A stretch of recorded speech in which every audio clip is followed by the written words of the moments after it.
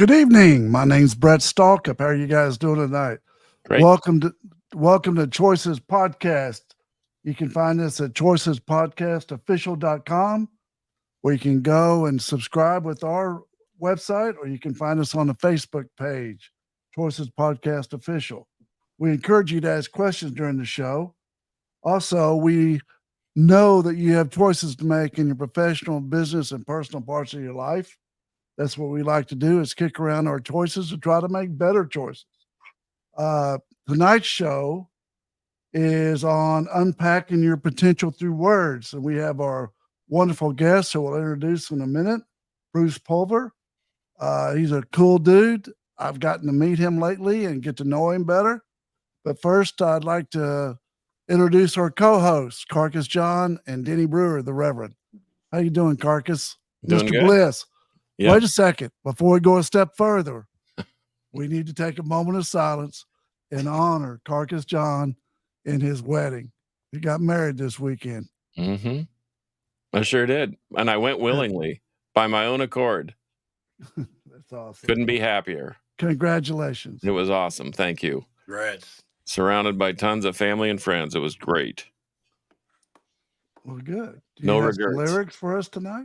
I do have some lyrics, and you talk about divine intervention. Knowing that Bruce is a drummer, and like some of the same drummers that I do, I just happened to pull a song out of thin air. I was eating dinner with the family, and they like to get involved and help me pick something. So I picked "Missing Persons," singing words.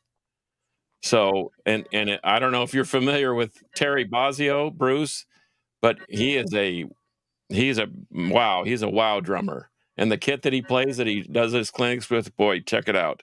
So here it is, Words by Missing Persons. And I'm just going to read the first two verses.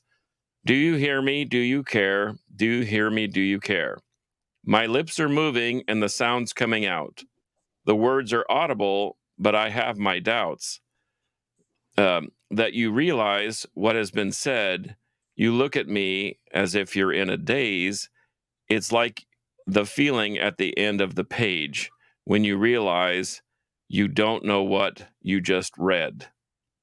And then the chorus goes, what are words for? No one listens anymore. What are words for? No one listens. What are words for? No one listens. There's no use talking at all. Then here's the second verse.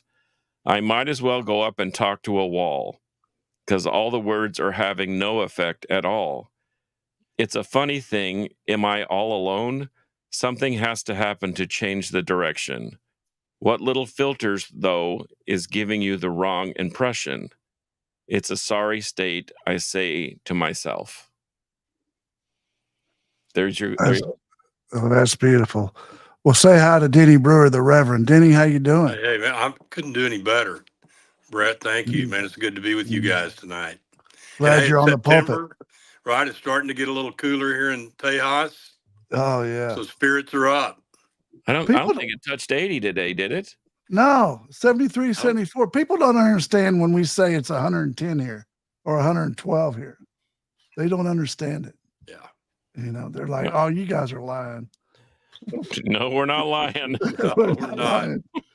Well, let me introduce a really cool guy. He's a speaker, author, encourager, Bruce Pulver. His passion is on words. He's got a great TED Talk out there, and he's written a great book. He's going to tell you more about it. But I'd just like to introduce Bruce. How you doing tonight? Brett, I'm great. Thanks, guys, for having me. Carcass, good to meet you. And Denny, good to be here with you. And, man, what a foundation to set words. You know, what a great set of lyrics, because we can unpack that, I'm sure, for the next time we have together. Awesome. Well, that's awesome. Tell us how words have impacted your life, Bruce. Wow. Well, my father was a crossword puzzle junkie. He was a playwright and a poet. And I think that was probably the invisible root of loving words and the power of words, because he was just so articulate and so literate. And my mom had an incredible medical tragedy when I was born. She had what's called a dissecting aortic aneurysm during labor. So I'll put these two together in a second real quickly. She survived a 60-day battle of 3 experimental surgeries that no one had ever survived longer than 72 hours. And she emerged, and her life was just full of gratitude. And so my dad's love of words, my mom's gratitude all came together for me when, after a couple of decades of healthcare technology career, I was laid off. I had a massive reduction in force, and seriously, the morning after that, mom's gratitude and dad's love of words forged, and I just started looking at words differently. Like, I needed to be strong one day, and it's like, okay, Pulver, what does that mean? Looking in a dictionary, you can read a bunch of words and a bunch of meanings, and you watch a bunch of YouTubes about what it meant to be strong. But divinely, God just had me to look at that word sideways, and I wrote it vertically, and it became just its letters: stand tall, remain optimistic, now go for it, STRONG.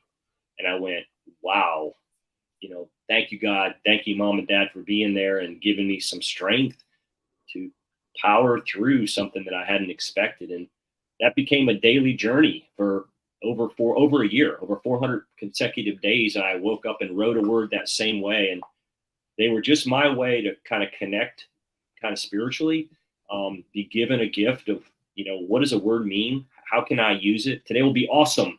A wonderful experience shall overwhelm my expectations. Like, what does that mean? But it's going to be awesome. And that's what it meant to me that day. So from that day forward, it was Mom and Dad's forging of this need to understand the situation I was in. And God gave me the ability and the gift to look at words differently. And since then, I've been rippling them out. I've been sharing them, continue to write them. And the impact has been amazing on me, just on some of the feedback and some of the impact that, words make, just like we heard in the lyrics of the song. Wow. So it sounds like you had a defining moment, and words impacted your defining moment. Absolutely. Yeah. Absolutely. So, Reverend, what do you think about that? What do you think about words? And I think it's fascinating. One, I like acrostics, right? So it's kind of what you do, right? With the words. I think it's a great way to remember, right? And yeah, so I think today, man, I don't know if we pay that close of attention to words, not as much as we should, right? And I think that even the web kind of impacts that a bit. We don't read as much, I don't think. And I kind of miss that. I have 2 daughters that are in their 30s, and they're kind of old school. They love books. They don't want to read online. They don't want to read, or they don't want an Audible. They want the book, and they're all obviously they're very powerful. And Brett, for in my previous life, still some, as a lawyer today. Certainly in your life, I mean, words matter big time. They can get you in a lot of trouble if you use them wrong, or sometimes they can get you in trouble if you don't use them at all. Wow, I like that. So words are currency. You agree with that, Bruce? Absolutely. You got to, because Tammy Kling teaches that. Words are currency. It comes out of her mouth all the time. Absolutely. And if you look at the word words, and you just move the S to the beginning, words are a sword. That's good. They can slay us. Hey, Bruce, Carcass, we're giving you saying? the first chapter of marriage, Carcass. Write this, SWORD. I already did. That's Bruce, great advice. I'm not ignoring you. If I'm looking down, that means I am writing profuse notes, and I will go back, and I have piles and books and binders full of notes.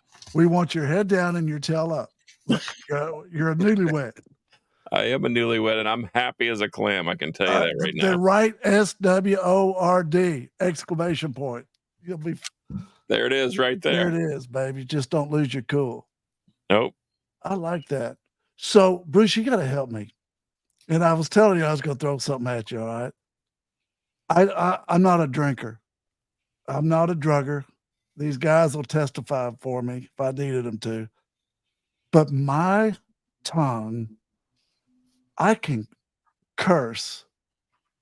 And it's just the easy way out. I think some people say it's fun to cuss or whatever. I think it's not fun. It's a cheap form of communication. So help me with that, Bruce. You're coaching me, man. Well, life and death is in the power of the tongue. That's biblical in Proverbs, right? But I would say this: when you want to tell someone to close their mouth, and you would typically say, "Shut the something," Yeah, yeah. just say, "Shut the front door." Figure out another thing to say. Oh, I like that. Okay. Shut the front door. That's good. Denny. And that actually is a comedic break, because then they go, what? Then Yeah. they're not What mad are at you y'all. saying?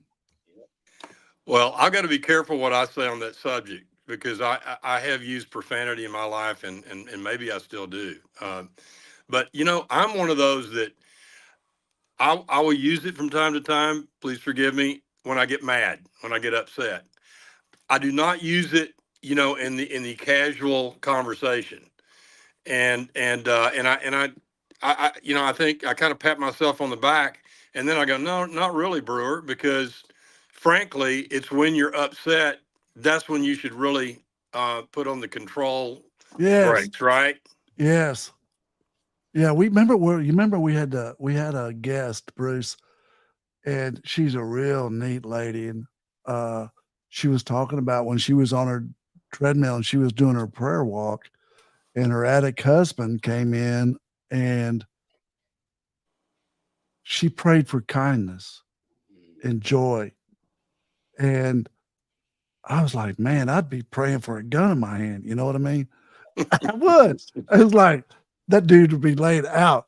But she genuinely meant that. And Denny, I agree with you that it's when we feel ourselves. You're like me. When we get frustrated, we get angry. And when we get angry, we get South Irving on everybody. We get street. Right. That's You right. know, that's the Yes. way we grew up. Yeah. So Bruce is telling us that we could get out of the box and use creativity and just come up with something even as silly as a front door. Shut the front door. Yeah. Yeah. I like that. Yeah, I do too. And So- Proverbs is full of gems, isn't it, Bruce? Yes. On the tongue. I like the tongue of the righteous is choice silver, right? Proverbs tells us. But that little tongue, man, can make or break us, can it? Yeah. It absolutely can. And let's think about it the other way. So a couple ways. One is, it takes at least three positive reinforcements to offset one negative. So if you think about maybe a junior attorney in your firm, or you think about your kid on the soccer field, or you think about, someone else in the band who, maybe a train wreck on the tempo carcass or whatever, one, that was awful, or figure out what you want to say.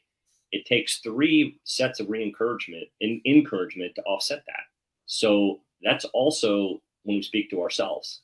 And I think that's equally as important is the conversations, the scripts that play on in our own head about our capability, our doubt, our anxiety, our apprehension. So I look at it both ways: the words we say out loud and the words that we ultimately say to ourselves have the same. You're saying it's a 3-to-1 if we say it out loud, and then it's a 3-to-1 if we say it inside. Doesn't matter. Yeah, it doesn't matter. I bet it's, you know what, Bruce? I bet it's more like 10-to-1. Yeah. I bet you have to make up 10 nice things for one really negative thing. And I just think that negative is really, it's tortuous, and positive is very empowering. Oh, absolutely. I mean, life happens to me or life happens for me. It's the change of one word. So I'm not going to say we should be excited about the flat tire and the way to work, right? I'm not talking about toxic positivity. But if we can say this is occurring for me to learn something and then go figure out what that thing is, that's so much different than woe is me, or why is this happening to me? And you were laid out. You were in the ditch. You lost your job, and you were sitting there going, what am I going to do? And you landed on your feet. But I'm going to let you know, I've never done this before. I'm going to let you know our slogan or quote for the day early, because I picked it for you. knowing that when you're at when you're at the Y in the road, when you were going to go either left or you're going to go right, you went right. And the slogan today is champion. A champion, I love that word champion, is someone who gets up when he can't. I love that. Love that. I love that. It makes me think of you, Bruce.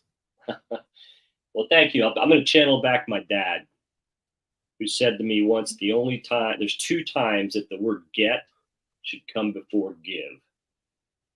The first is in the dictionary, alphabetically, and the second is when the word up comes after it. Always get up before you give up, but give before you get, except in the dictionary, because that's alphabetical. That's great. I love that. I love that. Carcass, I love that. Don't you? Mm-hmm. Well, I'm thinking about something my mother said to your point, Bruce. Sometimes that conversation with ourselves is vastly more important than having it with somebody else, because she always told me, and she reminded me again this weekend, that sometimes you have to make the decision before you have to decide. So in your mind, you're saying, I'm going to try and be kind to this person, knowing that there's a chance that you won't be kind, but you've already made the decision. So what words proceed out of your mouth after that point may be less destructive. I mean, I guess that was her point. Yeah, you activate the thought. And, this isn't, listen, I'm a mouse in my own laboratory. I mean, I battle this stuff every day. This isn't like I've got it figured out, but I have to in order to try to continue to grow. But I absolutely believe that. And one of the things I talk about is activating something. Like, I think God likes to hit moving targets. So we need to be in action, and we need to be moving. And maybe it's the thought of, this is the choice I make before I make the decision before I have to act. I love that. I do too. I was Yeah, just me too. speaking to one of the kids at dinner, and they said, "Well, who are you going to interview?" And I said, "It's Bruce Pulver, and we're learning how to turn words and how we improve our life with words." And they said, "Well, don't you improve your life with actions?" And I said, "Well, words define how we're going to act. So we sort of have to put an outline in our brain, speak it maybe out loud, or I used to post stuff on the refrigerator. Now I've got a lot of stuff posted on the refrigerator. But, so what is your thought on like speaking it into existence or making that decision prior to making the decision?" There's 2 quick examples. Got a chance a few years ago to play golf with a caddy at the golf course where the pros played this week in Atlanta, which is East Lake Golf Course. Mm-hmm. In Atlanta, if you get a chance to play that place, it's sort of a sacred ground, and it's walking only, and it's caddies only. So I'm hitting balls and talking to the caddy that I'm going to have. Never played with one before. And I said, this place cold. Every blade of grass on this course. It's the first time I've stepped on it. I said, I will take any guidance, any advice, any direction that you have for me. Thank you. It was just a joy. So we get up on the first tee, and he turns to me and he says, "Bruce, don't go left." I stepped away from the ball and I said, I'm going to retract how I would like this advice given to me. Not that I'm going to hit it there, but say, please tell me where you want me to hit the ball. Set the intention of where you want me. Yeah, instead of the do. Correct. And so I'll add a second story to this. And I don't know if you guys are Yankees fans or not, but Derek Jeter was one of my favorite players just because how well he performed, all the things he did and the way he carried himself. I was at a conference and he was speaking, and we were able to ask some questions. I raised my hand and I said, Derek, how were you able to perform at that level in all of those ultra intense situations? Bottom of the ninth, needed a hit. Runners on first base, you needed to turn a double play. The brown ball was hitting the hole, you turned it. All those amazing things. How were you able to so many times perform in the affirmative? And you know what he said to me? He said, the last thing you think is the first thing you do. I just took my mic right in my boom, dropped the mic. The last thing you think is the first thing that you'll do. So, don't this, or be careful of that, or you don't deserve that. I mean, you're going out to do your closing arguments, or you're standing up on stage, you're in front of 200 people that know they need to hear your message. What are you going to say to yourself? Not listen to yourself. What are you going to say to yourself to get yourself in the place to perform at the level like a Jeter in your moment? I just thought that was profound. That is It great. is. It is Put on profound. the Gotta wall, practice Bruce. that. Thank you. Yeah. Oh, I can't hit curveballs. He's going to throw me a curveball. What are you going to strike out? Right. Absolutely. Another If guy I can that I hit a know, curveball, I'm going to hit it as high as I can in the left field. It's going to go there. Right. You know what's wild? I was going to say two things. We had John Patterson on the show, and he was a pitcher. And I'm sure you watched that episode. Anyways, baseball is such a cool sport to relate life to. It's tech. I should have stuck with baseball. I played football, and I really enjoyed baseball. But to hear people put life with baseball is cool. Like, what's it going to take for us to get second to third to get to home? It's just like it is a technical sport. I think it's cool. The other thing I'm hearing, Bruce, I want your opinion. As polarized as the world is today, not getting into a political ball, even though we're all on the same page. Anyways, what advice do you have for our listeners as far as the power of words and how to live with the negativity that's out there in the world? Yeah. I'd say every day, just try to touch one life, just one life. I think it's all about personal interaction, face to face. Hold the door for someone. Carry their groceries to out. Ask them how they're doing. What can you do for you? How's your soul today?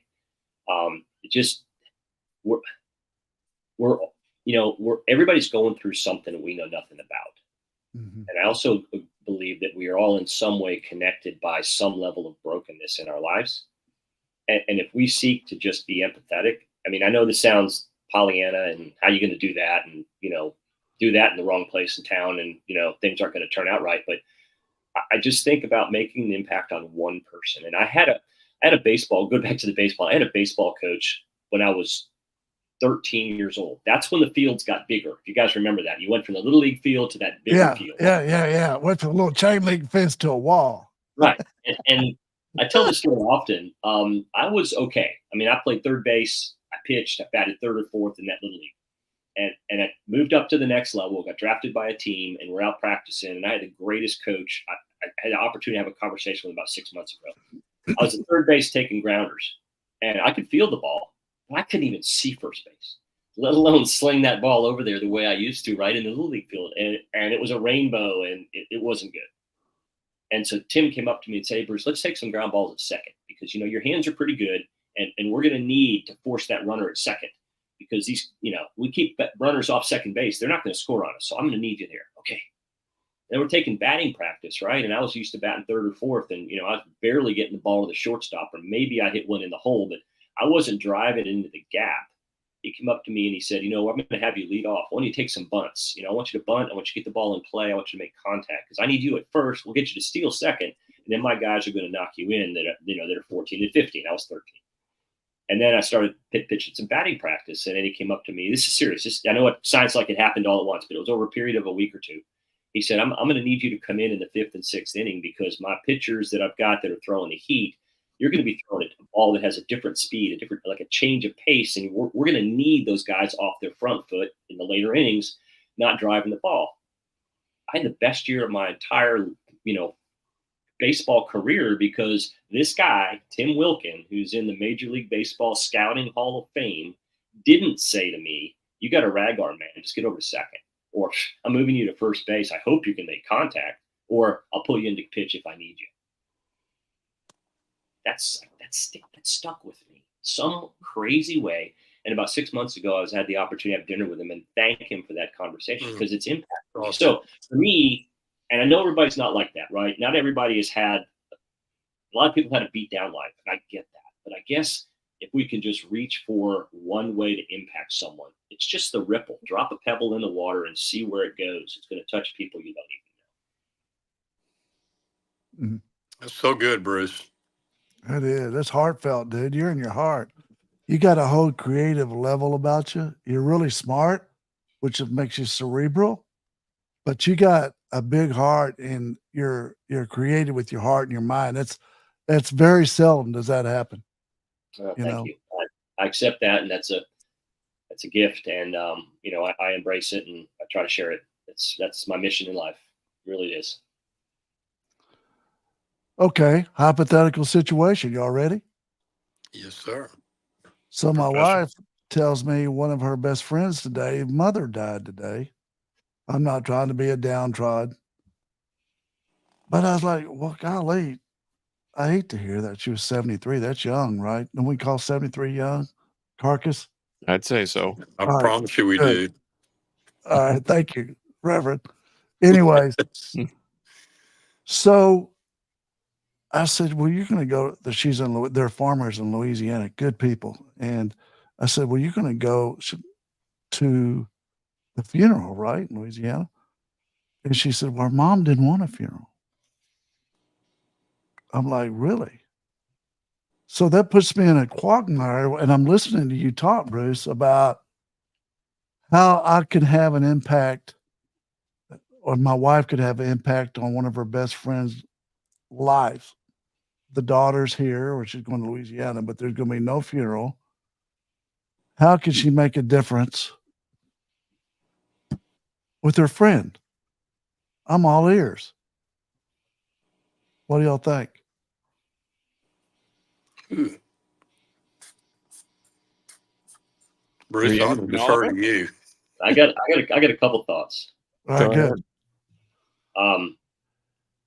As a musician and a lover of jazz music, Miles Davis said the silence is part of the music as well as the notes. Sometimes words don't convey, and timing wise, that would be number one. Number two, okay, I'm gonna lob one out that I've done this. What is her mother's name? I don't know. Okay, so I'll let's find find out. her name. Okay, let's find the mom's name. Let's write the mom's name vertically and have your wife think of something about her memory of the deceased using just the letters. Say it's Ruth. I don't know. Rosie always, whatever. I don't know Ruth, but let's say it's that. It's the first thing that came to my mind. You would be unselfishly unconditional. It would be the you. I'm making this up, right? I don't know. I like it. I like it. Yeah, I do too. T, you guys help me out. What could a T be about someone that you just cared so much about? Tender. Tender. Tender. I love that. And then the H. I mean, what was Ruth about? Heart. She had heart. That's the So biggest compliment you can maybe give somebody. she gets a blank card and she just said, "This is how I remember Ruth." And I don't know her name, but have her ponder on that for a moment and just send it, just a card. That's a good idea. No one's name, the Like sound that. of someone's name is the most important sound to their ears. We all know that. It's funny because I love you three guys and our producer Mark, because you just didn't throw an answer out there. None of you did. You thought about it, yet all three of you were caring enough to want to do something that would be right, not just throwing something out there like send flowers. You know what I mean? Yeah. Because I want to try to do something, help my wife do something kind for them. But that's what we got to do. We have to be kind. We got to try to make a difference, like Bruce said, and one person a day. That's going to be my person today. I want to make a difference in her life. One way to do that, I call this. Remember that thing in when you were in school and the teacher would see who was there and they'd check your name off, who was in the room and who maybe stayed home. That was called what? Attendance. Attendance. Checking attendance. Roll call. Roll call. Roll call.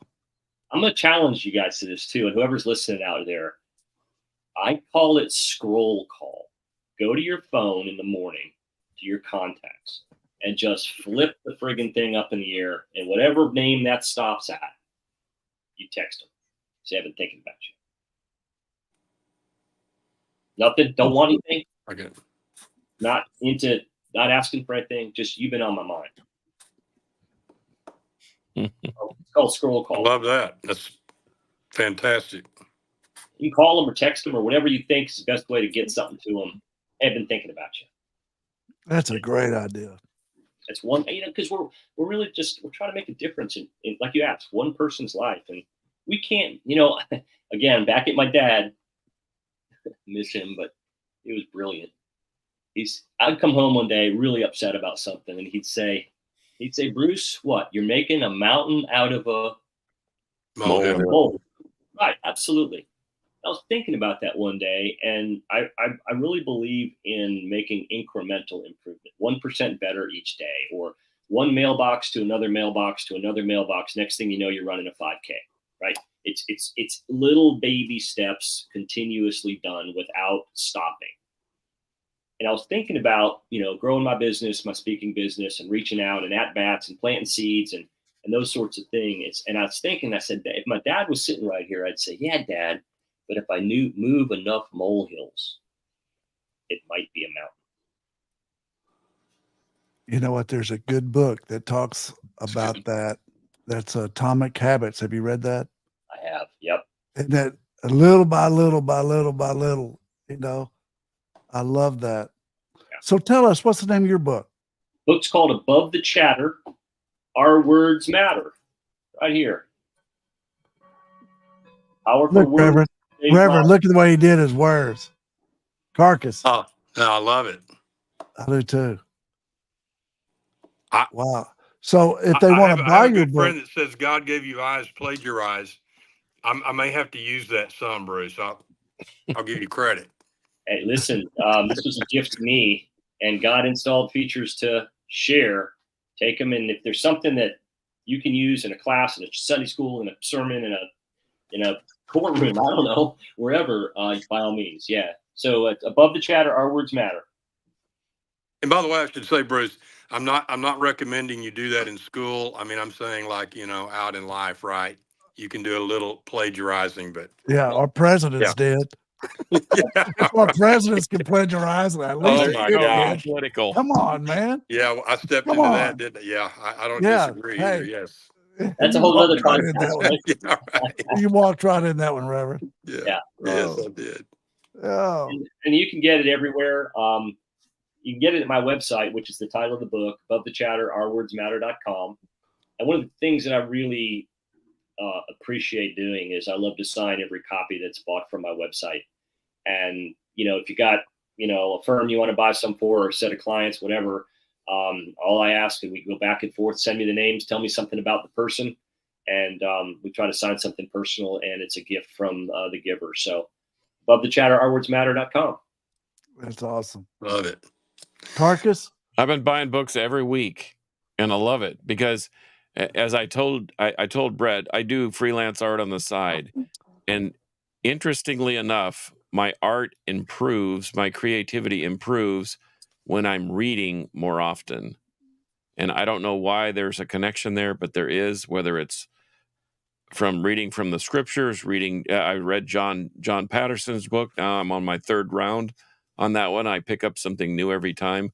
And so I'll add this one to the arsenal, and I'll be Da Vinci here pretty soon, I think. I'm a bibliophile. I mean, I like to read so much, and it's just. Yeah, I do too. I'm reading 3 books at once right now, like an idiot. It's like. No, I don't do that, but you're not an idiot, Brett. You're just insatiable, and you got to have more and more and more. Yeah, it's okay. Like, it's terrible. It's like you get a book and you go 100 pages here, then 100 pages here, then 100, and go back over it, Well, by the way, Bruce, I've taken your advice, and I've actually written out my new bride's name, stacked tall, and I came up with words for every letter in her name, and I'm going to present this to her. No, man, dog, you got to do it now. You can't do it later. Come on. Should I text her and have her come in here? Yeah, come on. Okay. Let's do something special. Yeah. Now, while you're doing the texting, I do this a lot in my workshops. Let's say you've got a strenuous relationship right now, or it's a boss, or it's an employee, or it's a coworker, and the project plan's blown up, and just write that person's name and do that. But you got to say nice stuff. right? Yeah. You got You Yeah. can't do A for AWOL. No. That's, No. how about that one, Reverend? Very good. You It put doesn't that into say play, out Brad. the front door. You know it's AWOL. Yeah. You're such an AWOL. Not gonna say a Good. word. Not gonna Yeah. say a On word. purpose. Is she coming? Hang on. Can you come into my office? So, Bruce, what about that old saying, what sticks and stones break my bones, but words can never hurt me? I mean, is that just a farce? I believe so. I mean, think about, you're not, first of all, let's talk about ourselves, right? We're not going to throw sticks and stones at ourselves. But if we have that negative script going on in our head, we know the outcome, right? It's not good. We've seen the movie and it doesn't end well. But, you know, I think words to me, they matter so much. I mean, another cool thing I like about 2 words is the word listen. Rearrange the letters and it spells silent. Oh, doggone, Bruce. That's You got it good going, because man. that's the definition of it. You know, the best type of listening skills, emphatic listening. Yeah. And that's what it is. It's silent listening and really looking at somebody's eyes and really putting yourself present Yeah. with what they're saying. That's an art. No doubt. Okay. This ought to be interesting. Is she coming in? I don't. She hasn't responded yet. Okay. We're gonna have to give her a few I seconds. said Here we go. I asked her if she could come into my office, and yes, we're still there, but they want you to come in. Yeah, come on. So we'll see. Absolutely. But I already wrote it out. She's got an unusual name and it's long, so I had to really work. You're working me. It's not like her name was Alex or something, you know. That would be, well, I don't know. Gosh, what would you do for your daughter? X. What would you do with the X? Yeah. Well, so remember, there's no rules, right? So you can say Extra. extra. Oh, okay. All right. Yeah. Extra sweet. I Yeah. like it. So, Yeah. so Extra Marcus, I gold. can tell you this because I Text know us that through 'em. you're Just make them up as you go. you're an editor. You're an editor, and the last person that thought I'd write a book were my English teachers. So, and I didn't send it to them for edit. So, yeah, you got to take liberties. Like, you know, Q's and Z's are really hard. So Yeah. be careful with these words that end in Q or Z. Or start with. Oh, that's hilarious. Well, we got to get rolling here. I'll let you know what? what she says if she doesn't come in. She's out watching. She's probably in her PJs and just like, I'm not showing up on camera with PJs on. Bruce, you've made such an impact with us on words. I think you've tremendously helped us know that words are currency and that words matter and the whole different method that we can use words and communication and get creative with it at the same time. Hey, Brett, and the words to ourselves. I mean, that's a great point that gets lost, right? Reverend, I like the 10-to-1 ratio. If you say one thing negative, it takes 10 nice things to make up for it, including yourself. If you say it, I can't do it, it's going to take 10 good things to make up for that tape you got in your mind. Oh, here she comes. Okay, good. Uh-oh. Uh-oh. Hello. Here we come. All right. Hello there. Yep. We have an exercise. You're done. Come on. Okay, I'm because if I turn this on, you're gonna hear. So they'll talk and I'll explain. This is Stephra. Steph. Hey, Stephra. And yes, we've been married a whole 2 days? Yeah. 2 days. Okay. That's awesome. So, Congratulations. Congratulations, they said. Oh, thank you. So we're doing this this exercise where I write a word vertically and then I try to come up with something for each letter. So her name is Stephara. Stephara. So S, I have selfless. T, I have tender. Ooh. E, I have engaging. P, playful. H, she has heart. A, she's attentive. She's a nurse, so she kind of has to be. R, she's realistic. And A, She's awesome. Oh, Man. that's awesome. So did I do I'll okay? give that Bruce? an A+. All right, an A+ for that. Ask her how it felt to hear that. How did it make you feel to hear that? Good. Yeah. Good. Yeah. That's We're awesome. talking about kind of how to build people up with words and then apply that to action. So, Okay. and sometimes we have to have a conversation with ourselves first to kind of get And ourselves laid out to where we're going to make a positive impact. with that awesome Bruce exercise, we like to end our show with a quote that we've already given up. So today's quote is, a champion is someone who gets up when he can't. A champion is someone who gets up when they can't. That's our quote of the day. Oh, that's good. That is good. Great. So meets with approval. All right. We appreciate it, guys. Thanks, Bruce. Thank you, people, for listening. And please feel free to share this episode, number 23, with all your friends. Please go on our website and subscribe. And we love you guys, and thanks for listening. Good night. Good night. Yeah, thank you. Thanks, Bruce. Thanks for having me on.